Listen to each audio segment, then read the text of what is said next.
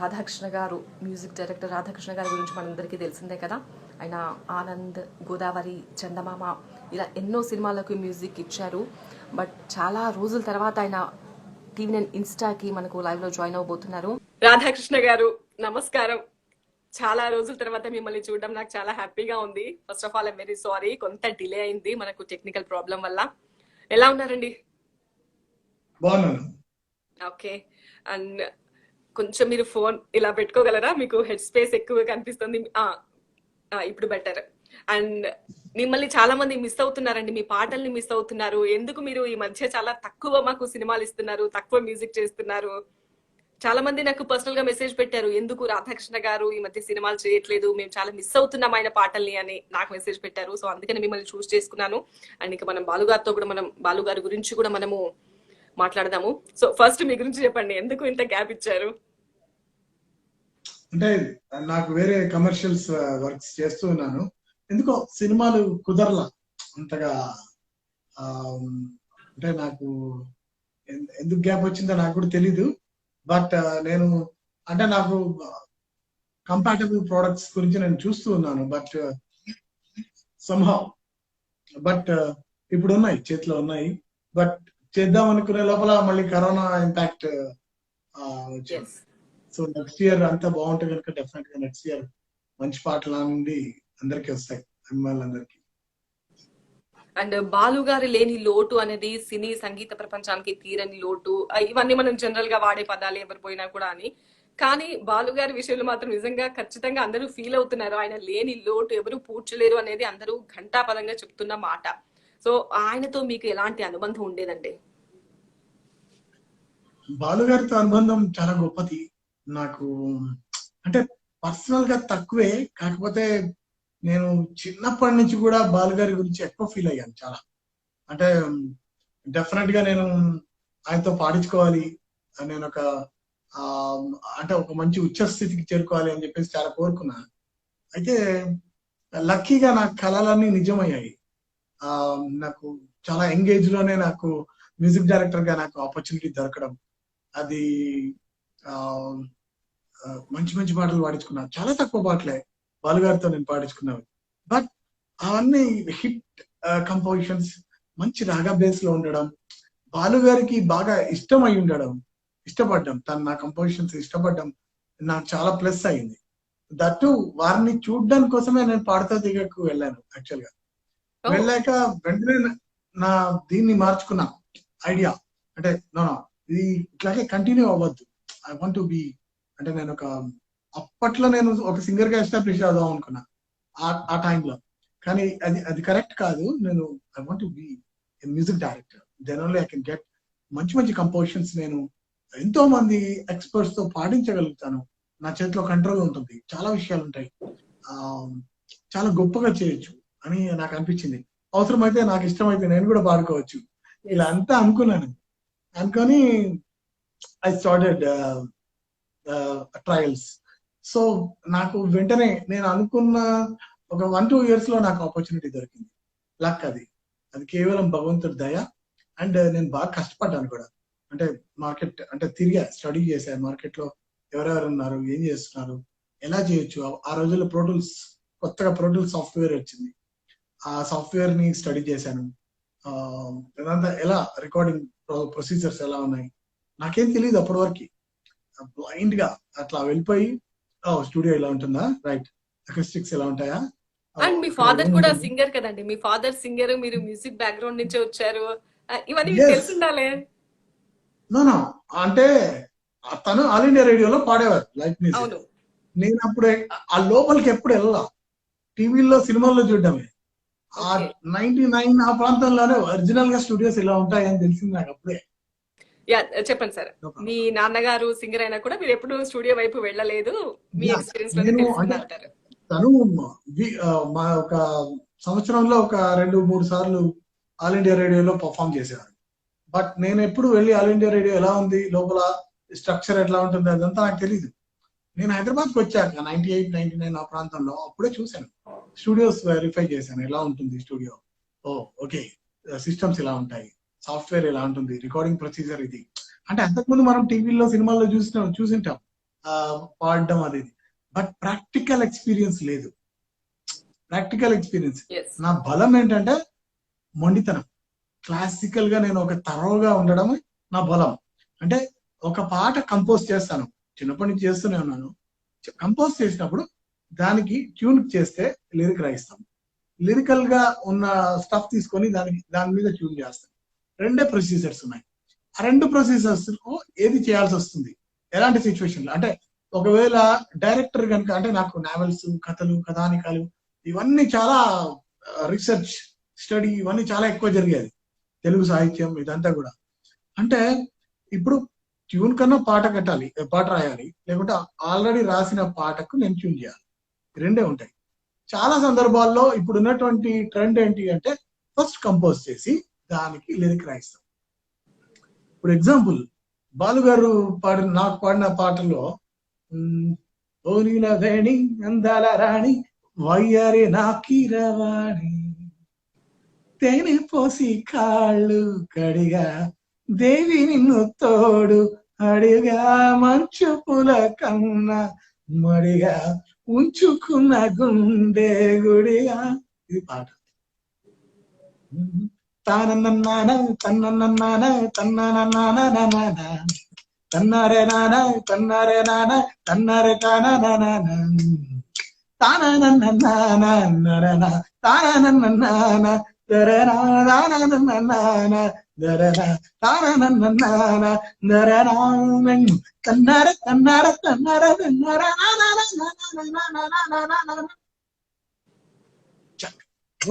వేణి అందల రాణి వయ్యారే నాకిరవాణి. అలా దాని మీద ఆ ట్యూన్ కి లిరిక్ వేటల సుందరరామూర్తి గారు ఫిట్ చేసి ఇవ్వడం, దాన్ని నేను మళ్ళీ పాడుకొని. అండ్ చాలా చాలా మంది మ్యూజిక్ డైరెక్టర్స్ మ్యూజిక్ ఇస్తూ ఉంటారు, కానీ ఎందుకు మీ మ్యూజిక్ అంత యూనిక్ గా మారింది? దానికోసం మీరు ఎంత స్పెషల్ గా వర్క్ చేసేవారు, ఏం స్పెషల్ కేర్ తీసుకున్నారు? అది మీ టేస్టా లేకపోతే ఎలా కలిసి వచ్చింది మీకు? యాక్చువల్ గా నాకు మ్యూజిక్ అంటే ప్రాణం, ఇష్టం, ఇంకేమేమో చెప్పొచ్చు. అంటే ఏమవుతుందంటే నేను చాలా స్వీట్ గా కంపోజ్ చేశాను ఇవన్నీ. అంటే నేను కంపోజ్ చేసిన పాటలు ఇవన్నీ. కొన్ని పాటలు నాకు మూడ్ బాగాలేకుంటేనో, లేకుంటే ఆ సిచ్యువేషన్ నాకు ఇంకేదో అద్భుతం చేయాలని నేను భావిస్తేనో, అలాంటిది ఏదైనా జరిగితే తప్ప మాక్సిమం ఏం జరుగుతుంది అంటే చాలా బ్యూటిఫుల్ మెలోడీసే వస్తాయి. ఇది ఆ సిచ్యువేషన్ కాంచమాల కేబుల్ టీవీలో దాంట్లో నా కసి అంతా తీర్చుకున్నా. యాక్చువల్ గా చెప్పాలంటే రకరకాల కంపోజిషన్ సినిమాలో మ్యూజిక్ చాలా, అంటే నేను అంటే కొన్ని కొన్ని కొన్ని కంపోజిషన్స్ అన్ని సినిమాలకు ఇవ్వలేను. వాళ్ళు యాక్సెప్ట్ చేశారు, నేను ఇచ్చింది తీసుకున్నారు. అండ్ వాళ్ళు హర్షించారు. ఐ మీన్ వాళ్ళు చాలా లైక్ చేశారు నా మ్యూజిక్ ని, ఫ్రీడమ్ ఇచ్చారు.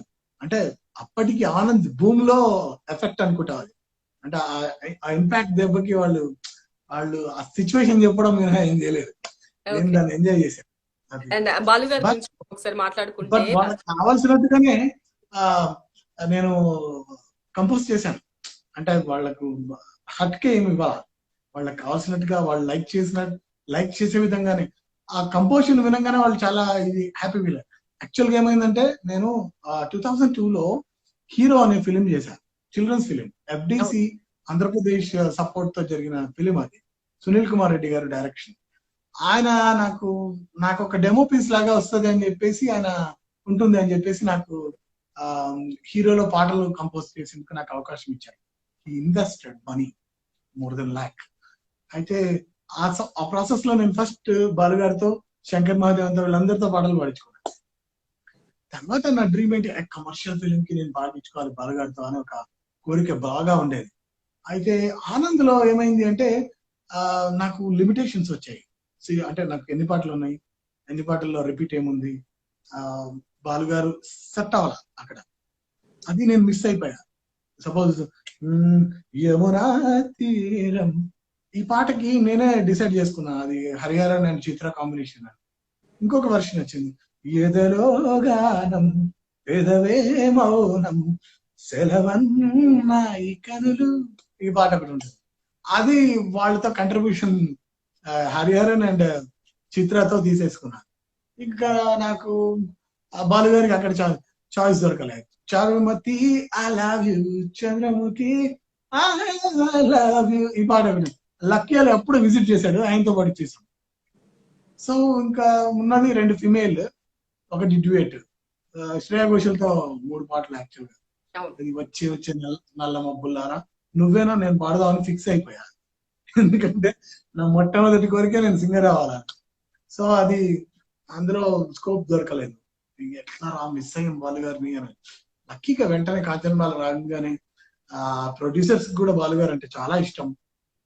నా ప్యాకేజ్, ఇట్స్ మై ప్యాకేజ్, నా ఇష్టమే, నేను ఎవరితోనన్నా పాడించుకోవచ్చు, ఏమైనా చేయొచ్చు. సో నా ఇష్టపూర్తిగానే నేను ఆ సాంగ్ ని బాలు గారికి అలాట్ చేసుకొని వెటర్ గారితో రాయించుకొని ఎలాంటి అప్రిషియేషన్స్ వచ్చేవండి? ఎలా మిమ్మల్ని అభినందించేవారు బాలు గారు? చాలా బాలు గారు అయితే చాలా హ్యాపీగా ఫీల్ అయ్యారు. బాలు గారు నేను నేను చాలా బాగా పాడతాను రాధాకృష్ణ నీకోసం, నేనేం పాడు చేయను, ట్యూన్ చేంజ్ చేయను, ఐ మీన్ చాలా విషయాలు. అంటే కొందరు కంపోజర్స్ ఏం చేస్తారంటే సరిగ్గా మిస్టేక్స్ కనబడితే బాలు గారు టాలరేట్ చేయలేరు. సాహిత్య పరంగా కావచ్చు, సంగీత పరంగా కావచ్చు, అంటే అది ఎవరికైనా ఉంటుంది ఆ ప్రాబ్లం. ఇప్పుడు నా దగ్గరికి వచ్చి ఎవరన్నా కథలో ఏమైనా లైటర్ వేలా చెప్పారనుకో డైజెస్ట్ కాదు నాకు. అంటే అంటే తెలివి ఎక్కువ అయిపోయి వచ్చే ప్రాబ్లమ్స్ ఇవన్నీ. సో బాలు గారు నన్ను ఏమన్నారంటే, రాధాకృష్ణ నువ్వు డోంట్ వరీ, సంతోషంగా హాయిగా ప్రశాంతంగా కూర్చో ఇక్కడ, నేను పాడుతుంటాను, నేను మొత్తం పాడిన తర్వాత నీకు ఏమైనా డౌట్ ఉంటే నాకు చెప్పు, నేను పాడేస్తాను, కరెక్షన్ ఉంటే చెప్పు, నేను చేస్తాను, ఓకే? నీ ట్రాక్ పాడావు కదా, నేను అదే పాడుతున్నాను, చాలా బాగా పాడతాను, హ్యాపీగా కూర్చో నువ్వు అనేవాడు. వావ్ అని చెప్పేసి ఆమె ఆడియన్, ఫస్ట్ ఆడియన్ ఫర్ బాలు గారు. అట్లా అంటే నా పాటకి నేను అలా ఫీల్ అయ్యేవాడిని. ఇంకా బాగా పాడేవారు, ఎక్కడ మెలిక పెట్టే అవకాశం నాకు ఉండేది కాదు. తేనె పోసి కాళ్ళు కడిగా అంటే ఎక్స్ప్రెషన్ లిరిక్ కి దేవి నిన్ను తోడు అడిగా మంచు పూల కన్నా మడిగా ఉంచుకున్న కుండే గుడిగా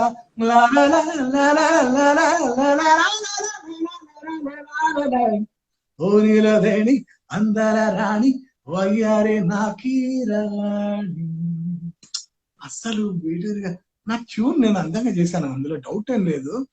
దాన్ని వేటూరు సుందరరామూర్తి గారు చాలా హ్యాపీగా, చాలా బ్యూటిఫుల్ గా రాశారు ఒక్కొక్క పదం. నిజంగా నాకు ఉప్పొంగలే గోదావరి కన్నా కూడా ఆ ఓనీల వేణి అందాల రాణి వయ్యారి నా కీరవాణి అనే పాటలో తేనె పోసి కాళ్ళు కడిగే అంటాడు ఆయన.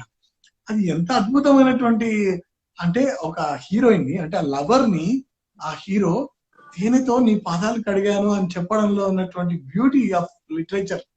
నిజంగా it's great expression. Three combo కూడా, ఇటు వేటూరి గారు, అటు బాలు గారు, ఇటు రాధాకృష్ణ మెలోడీ కాంబో సూపర్ గా సెట్ అయిపోయింది. అండ్ ఫిమేల్ కాంబినేషన్ పాడించగలిగారండి బాలు గారితో మీరు? నాకు ఒక 15 పాటల దాకా పాడింటారు, 15 సాంగ్స్ పాడింటారు. ఓ ఓకే. మీకు బాగా నచ్చిన పాట ఆయన పాడిన పాటల్లో, మీకు పాడిన పాటల్లో?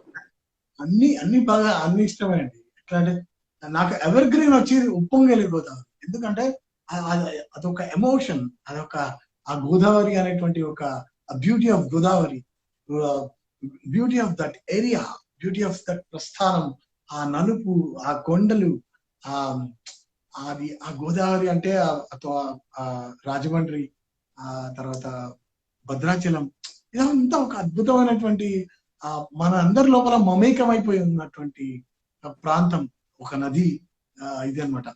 కాబట్టి నాకు ఆ దాని మీద అది జస్ట్ మ్యాటర్ ఆఫ్ 10 minutes లో కంపోజ్ చేశాను. శేఖర్ నాకు అది సిచ్యువేషన్ చెప్పాడు, చెప్పంగానే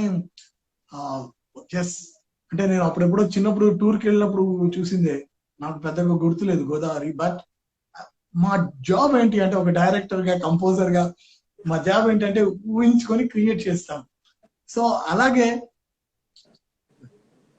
పొంగలి అంటే ఒక వ్యక్తిని పొగిడిన, ఒక సిస్టమ్ ని పొగిడినా, ఒక భగవంతుడిని పొగిడినా, లేకుంటే ఒక నదిని పొగిడినా, దాన్ని అద్భుతంగా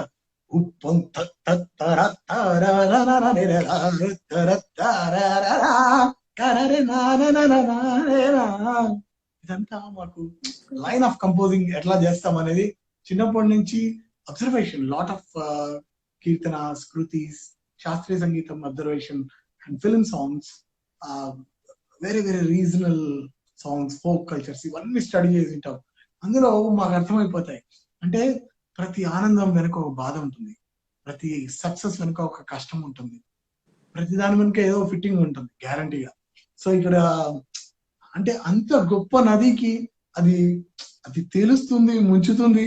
ఆనందాలు ఉన్నాయి, బాధలు ఉన్నాయి, పచ్చటి మీరు కంటికి లిరిక్స్ ఇంపైన బాగా ఎంజాయ్ పొగాకు చేస్తారు ఉన్నది. అనుకుంటా రాధాకృష్ణ గారు, అందుకే అంత మంచి మ్యూజిక్ ఇవ్వగలిగారేమో. నాకు సీక్రెట్ ఇప్పుడు అర్థమవుతుంది మీ మాటల్లో.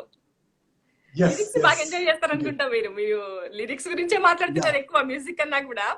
సో అదనమాట మీ అవును. Success secret. అండ్ ఇంకొకసారి మనము బాలు గారి గురించి మాట్లాడుకుంటే ప్రతి మనిషిలో ఏదో ఒక టాలెంట్ దాగి ఉంటుంది. ప్రతి సింగర్ కూడా టాలెంట్ ఉంటే అంతో ఏదో దేవుడి వరం, వాళ్ళు నమ్మినట్టుగా దేవుని వరం అనుకుంటేనే ఆ, పాడగలుగుతారు. కానీ ఇంతమంది సింగర్స్ మనకున్నా ఎందుకు బాలు గారు మాత్రమే ప్రత్యేకం అంటే ఏం చెప్తారు? ఒక మ్యూజిక్ డైరెక్టర్ గా మీరేం గమనించారు ఆయనలో?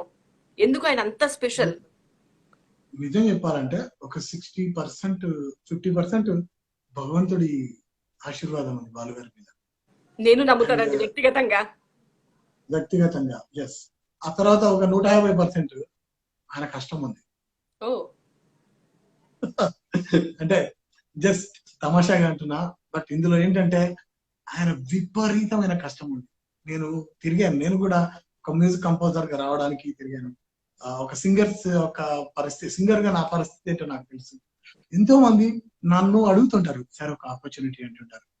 అంటే నాకు అవకాశాలు ఉండి నేను పని చేయలేని వాతావరణంలో ఆ నేను ఉన్నాను కొన్ని చాలా సార్లు. అంటే అది అది కుదరాలి, చాలా విషయాలు కుదరాలి.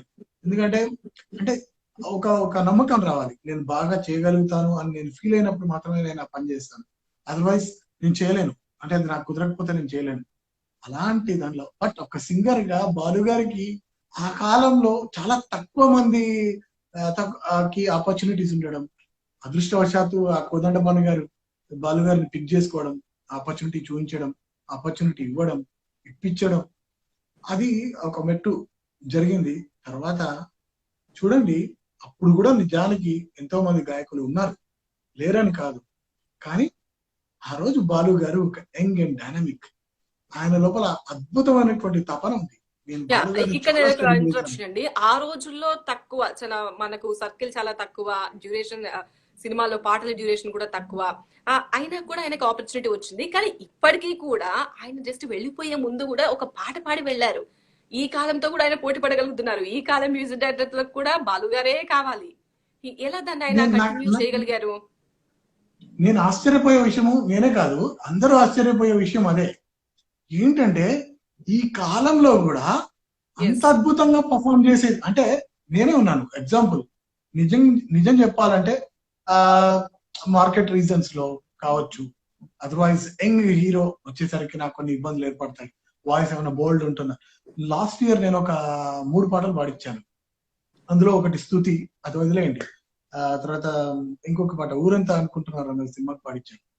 అందులో నేను బాలు గారికి ఒకటే మెసేజ్ చేశాను, sir I want young Balu అని పెట్టా, దట్స్ ఇట్, ఇంకేం చేయలేదు. ఆయన ఒక దించేశాడు ఇట్లా దాన్ని, ఒక యంగ్ బాలు దించేసి పంపించాడు. గ్రేట్ అనుకున్నా. నేను లేను, ఐ మీన్ నేను ట్రాక్ పంపించాను మెయిల్లో, వారు పాడి పంపించారు.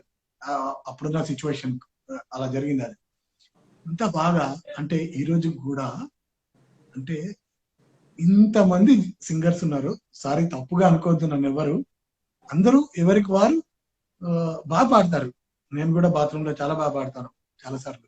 ఐ మీన్ అలా చాలా చాలా లేదండి, మీరు చాలా సినిమాలు కూడా పాడారు. మీ పాటలు కూడా మేము విన్నాము. మీరు yes, మా yes. కోసం నేను పాడాల్సిందే. పాడుతున్నాను. నేను ప్రతి సినిమాకి ఒక పాట పాడుకుంటాను, అది నా కోసం. అంటే సింగర్ గా ప్రారంభిద్దాము నా కెరీర్ నేను అనుకున్నందుకు, నేను ఆ స్వేచ్ఛ కోసమే నేను మ్యూజిక్ డైరెక్టర్ అయ్యాను. స్పష్టంగా చెప్తున్నా. ఓ ఏదైనా చాలా మంది రావాలంటే ఒప్పుకోరు, కానీ మీరు ఒప్పుకున్నారు. గ్రేట్. ఎస్, అంటే ముందు నా ప్రయారిటీ నా సింగింగ్. తర్వాత అయితే ఏంటి అంటే ఒక పాట బాలసుబ్రహ్మణ్యం గారు పాడిన పాట వింటున్నప్పుడు నేను చిన్నప్పుడు ఏం ఆలోచించేవాడిని అంటే, ఈ పాట ఇలా కూడా ఉండొచ్చు కదా అనుకునేవాడిని కంపోజింగ్ వాయిస్ గా.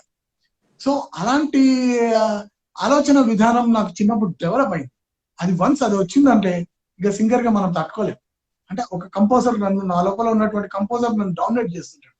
నేను చాలా ప్రాక్టీస్ చేస్తాను ప్రతిరోజు, కనీసం ఒక 2 గంటలు బాగా అంటే అలసిపోయేలా, అంటే స్వెట్ వచ్చే, అది నాకు పెద్ద ఎక్సర్సైజ్.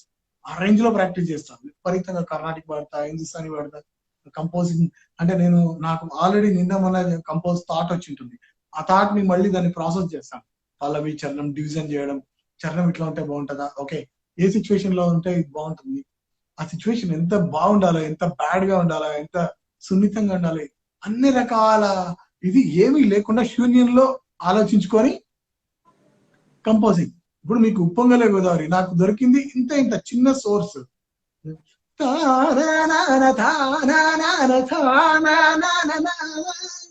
అంటే ఏం తగ్గింది రోగం ఇక్కడ, పదాలు పడడానికి ఆ ఒక స్కోప్ ని కంపోజింగ్ ద్వారా క్రియేట్ చేయాలి. అప్పుడే అది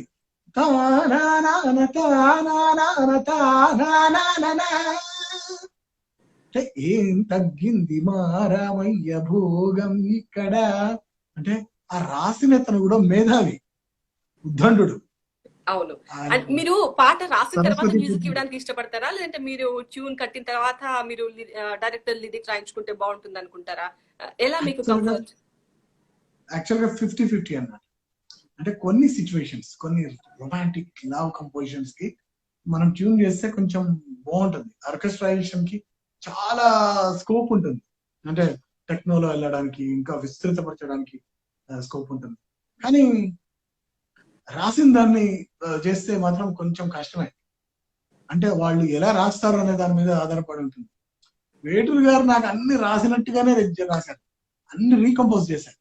అంటే నేను ట్యూన్ చేసిన దానికి వారు రాసినప్పటికీ కూడా ఇప్పుడు చూడండి అందంగా లేన అసలేం బాలేన నీడు జోడు కాననా ఈ పాట ఉంది. మై గాడ్, ఆయన తానా తానా తానా తానా తానా రేరేనా అంతే. అందంగా లేనా అసలే ఆ లిరిక్ చూసుకున్నప్పుడు నేను ఏం రాశాడు ముసలాడు, నన్ను ఏమో చేసేటట్టున్నాడు, చాలా ఇష్టమైన పాట నాకు, నన్ను ఏం చేస్తాడు అని భయపడిపోయా. 1-4 సార్లు ఆ కట్ట మీద ఎక్కడ కూర్చున్నా, నా ఫ్రెండ్స్ అందరు కార్లు ఆపేసుకొని అందరు ఇట్లా వచ్చారు. ఏం లేదు రా, వేటూరు గారు పాట రాశాడు, భయం వేస్తుంది, అది చాలా మంచి ట్యూన్ ఇచ్చాను, నాకు వేరే దొరకదేమో ఆపర్చునిటీ అన్నట్టు. గోదావరిలో అందంగా లేనా అసలేం బాలేనా అంటాడు, నెగిటివ్ గా రాశాడు, ఎట్లా రా అనుకొని 2-3 సార్లు ఆ పాడే వరకు. అంటే అది ఎవరికైనా ప్రాబ్లం అండి. నేను కంపోజ్ చేసినప్పుడు ఇస్తే అది ఇంకో కష్టం వాళ్ళకి రాయడం. ఒక కంపోజర్ ఇచ్చిన ట్యూన్ కి పాట రాయడం అనేది చాలా వేదన.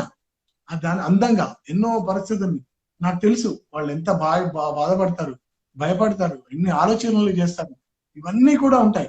అలాంటిది వారు రాసిచ్చింది వెంటనే ఫిట్ చేయాలంటే నాకు మాత్రం ఉండదా? డెఫినెట్ గా ఉంటది. ఈ ప్రాసెస్ అందరికీ జరిగేది. సో ఏమైంది, కొద్దిసేపు 2-3 సార్లు పాడంగానే ఒక అమ్మాయిలాగా ఆలోచించడం మొదలెట్టేసరికి అందంగా లేనా అసలేం బాలేనా నీ ఏడు జోడు కాలనా అనే అమ్మాయి అంటుంది అంటే మై గాడ్, ఎంత సాహిత్యం! బాలసుబ్రహ్మణ్యం గారు ఎన్నిసార్లు తెలుసా, అబ్బా వేటూరి గారు, వేటూరి ఎంత బాగా రాశాడు రాధాకృష్ణ కదా అని వెంటనే నా ముందే ఫోన్ చేసి, వేటూరి గారు నమస్కారం, నేను బాలసుబ్రహ్మణ్యం మాట్లాడుతున్నాను, అయ్యా చెప్పండి అయ్యా అయ్యా అని ఆయన మాట్లాడారు. ఎంత బాగా రాశారండి, మీకు అక్షర లక్షలు ఇచ్చుకోవాలి, ఇక్కడి నుంచి మీకు నమస్కారం, అక్షర లక్షలు, ఇక్కడి నుంచి మీకు నమస్కారం. అంటే పాట మనం ఇవ్వగానే ఆ రచయిత పేరు ఆ ఫోన్ నెంబర్ కూడా నేను ఇస్తాను, జనరల్ గా వేరే వాళ్ళు రాసినప్పటికి కూడా ఖచ్చితంగా ఆయన నమస్కారం చేయండి, ఆయన అక్కడ లేడు అని చెప్పి వదిలేయడు. తప్పకుండా డైరెక్టర్ గారు ఎవరండి, దీని ప్రొడ్యూసర్స్ ఎవరు, హీరో హీరోయిన్లు ఎవరు, వాళ్ళు ఎలా పర్ఫామ్ చేస్తున్నారు అంటే తనకు ఒక ఐడియా ఉంటుంది. అంటే ఆ హీరోలోకి పరకాయ ప్రవేశం చేసేసి వెంటనే ఆ హీరో లాగా పాడడానికి అంటే ఎంత అబ్జర్వేషన్ ఉంటే ఆ క్యారెక్టర్ మీద, ఆ ఆర్టిస్ట్ మీద ఎంత అబ్జర్వేషన్ ఉంటే వారిలాగానే పాడి, అంటే ఒక హీరో ఏం ఫీల్ అవుతాడంటే ఇది నేనే పాడుతున్నాను అనేటువంటి ఫీలింగ్ తనకు వచ్చేస్తుంది. అది బాలుగారికి ఉన్న అద్భుతమైన స్పెషాలిటీ, బాలుగారికి ఉన్న స్పెషాలిటీ అది.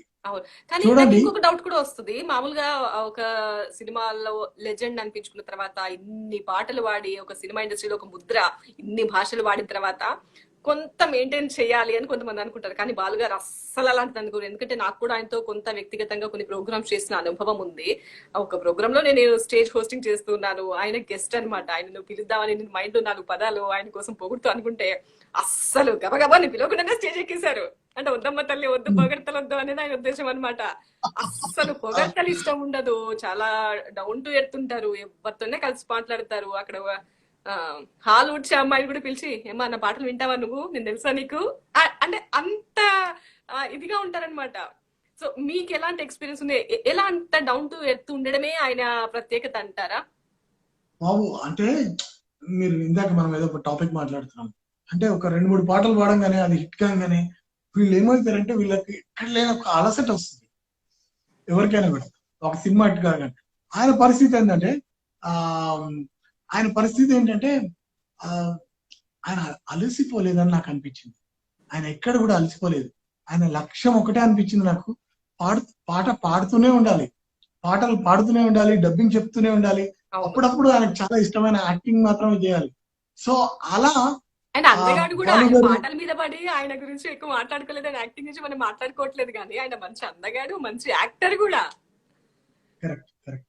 అందానికి ఒక డెఫినేషన్ ఉందండి. యాక్చువల్గా ఏంటంటే మనము ఒకరి యొక్క వ్యక్తిగత అంటే వాళ్ళ యొక్క మాటలు, వాళ్ళ యొక్క పాటలు, వాళ్ళ యొక్క టాలెంట్, దాన్ని మనం ఎప్పుడైతే లైక్ చేస్తామో అందానికి కులమానాలంటూ ఏమి ఉండదు. ఎలా ఉన్నా కూడా అంటే ఆత్మను ప్రేమిస్తాం మనం, అంటే ఆ సోల్ ని, అంటే వాళ్ళ యొక్క మనస్సును ప్రేమిస్తామని అంటాం.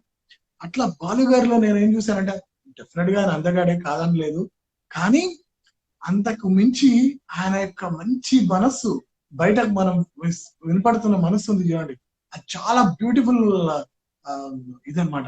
ఆ తర్వాత ఇన్నర్ హార్ట్ అది కూడా అట్లాగే ఉంది. ఎంత మందికి ఆయన డొనేషన్ ఇచ్చారో నాకు తెలుసు బాగా. అంటే ఎవరైనా వచ్చి సార్ మా బాబు చదువుకుంటున్నాడు, ఇంజనీరింగ్ లో వెళ్ళాడు, ఎంబీబీఎస్ వచ్చింది, చదువుకుంటున్నాడు, అవునా సరే వెళ్ళు నేను చూస్తాను అని చెప్పి తను మేనేజర్ని కలువు, నేను విన్నాను ఎన్నోసార్లు. ఆయన బడ్జెట్ ఇష్యూస్ లలో వచ్చి నాకు కూడా చాలా గమ్మత్తైన వ్యవహారాలు జరిగాయి మాకు. యాక్చువల్ గా ఇందాక మీరు ఆయన బిహేవియర్ గురించి మనం మాట్లాడితే ఒక రోజు ఏమైందంటే మాయాబజార్ లో ఒక పాట పాడారు, ఒకటి కాదు 2 పాటలు పాడినట్టున్నారు.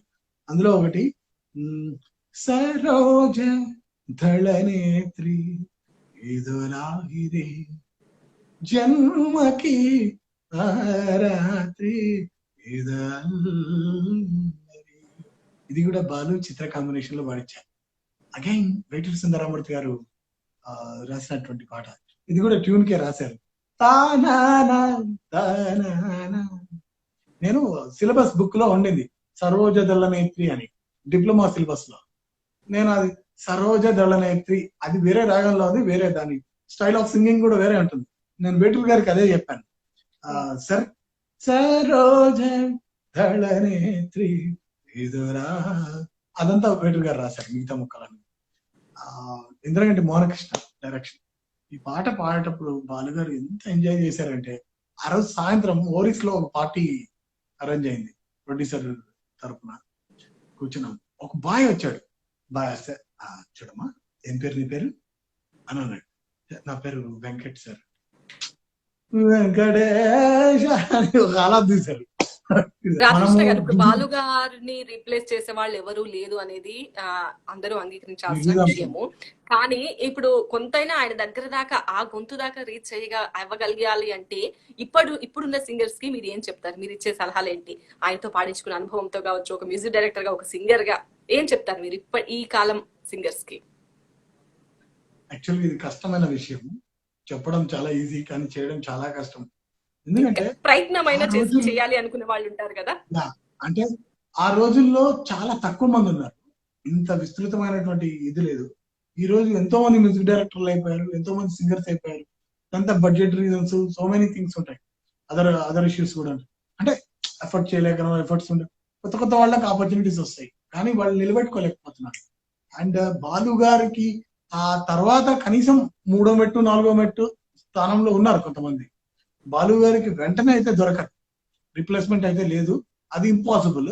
ఆయన పాడిన సంఖ్యను రీచ్ అవ్వడం అనేది అది కూడా ఇంపాసిబుల్. అవును. అది మాత్రం ఎందుకంటే పక్కా ఇంపాసిబుల్. ఈ రోజు ఉన్న పాటల్లో ఆ, ఈ రోజు ఉన్నటువంటి విధానాల్లో, ఈ రోజున్న సిస్టమ్ లో, ఈ రోజున్న ఎక్కువ మంది ఆ, అవకాశాల కోసం కాంపిటీషన్ ఎదురు చూస్తున్న టైంలో ఆయన రీచ్ అవ్వడం అనేది మర్చిపోవాలి. ఒకే ఒక విషయం మాత్రం చేయొచ్చు. వాళ్ళ చేతిలో ఉన్నది ఏంటంటే వాళ్ళకు వచ్చిన ఆపర్చునిటీని చాలా బాగా పాడి ప్రజల మనస్సుల్లో ఉండడానికి వాళ్ళు ట్రై చేయొచ్చు. నెంబర్స్ గురించి మాత్రం ఆలోచించి ఆ వాళ్ళకి నెంబర్స్ వచ్చిన వర్క్ పెంచుకుంటూ ను వాళ్ళ పోవాలి. ప్రయత్న లోపం లేకుండా పర్ఫెక్ట్ గా చేయడానికి ట్రై చేయడం మాత్రమే పర్ఫెక్ట్. ఇప్పుడు నేను చేయాలి. ఉన్నానండి, నేను మాక్సిమం ఒక 18 ఫిలిమ్స్ ఏమో చేసినట్టున్నా మాక్సిమం. నా పాటలు బాలు గారితో నా పాటలు చూస్తే ఆశ్చర్యపోతారు మీరు. సినిమాలకు పాడింది 5 పాటలు 6 పాటలు పాడాను అంతే. బట్ బాలు గారికి నేనంటే చాలా ఇష్టము. ఆయన నా ప్రస్తావన వచ్చినప్పుడల్లా చాలా సార్లు నా గురించి చెప్పారు. అది నేను చాలా సార్లు అబ్జర్వ్ చేస్తున్నాను. చాలా మంది నాకు క్లిప్పింగ్స్ కూడా పంపిస్తుంటారు. రాధాకృష్ణ, నువ్వు ఇట్లాగే చేయి, నువ్వు ఇట్లాగే పాడు, ప్రత్యక్షంగా నా ముందు అంటారు. అంటే నేను ఎన్నిసార్లు పాడించుకున్నానో తెలియదు కానీ అంతకు 100 రెట్లు ఎక్కువ కలిసాను. నేను చాలా సార్లు కలుస్తూ ఉంటా. అంటే పాడించుకోవడం అనేది సబ్జెక్ట్ ఆఫ్ ఆపర్చునిటీ అండ్ ఆ సిచ్యువేషన్ కుదరడం, ఇవన్నీ చాలా విషయాలు ఆధారపడి ఉంటాయి. ఇంకా ఆయన అంటే నాకు ఇష్టం. దగ్గరగా ఆయన ఒకసారి చూడాలనుకుంటా. అవైలబుల్ ఉండి నాకు కొంచెం టైం దొరికింది అనుకోండి, టక్ మనం వెళ్ళిపోయి ఏదో ఒక సందర్భంలో చూసి కలిసి పలకరించి వచ్చేస్తా, దండం పెట్టుకొని వచ్చేస్తా. అంటే అంటే ఏదో అది అలా కలవడం వల్ల ఏమవుతుందంటే, నేను ఒక కంపోజ్ చేయగానే అది వారికి అలాట్ చేయాలనేటువంటి ఒక దృఢ సంకల్పం నాలో పెరుగుతుంది. అందుకోసం నేను వాటిని కలిసి కమిట్ అవ్వడానికి ఇష్టపడతాను. యాక్చువల్ గా అది దట్ ఈస్ రాధాకృష్ణ నా గారు, స్టైల్. ఒక మ్యూజిక్ డైరెక్టర్ గా, ఒక సింగర్ గా మీతో పాట పాడించకపోతే అది న్యాయం అనిపించుకోదు.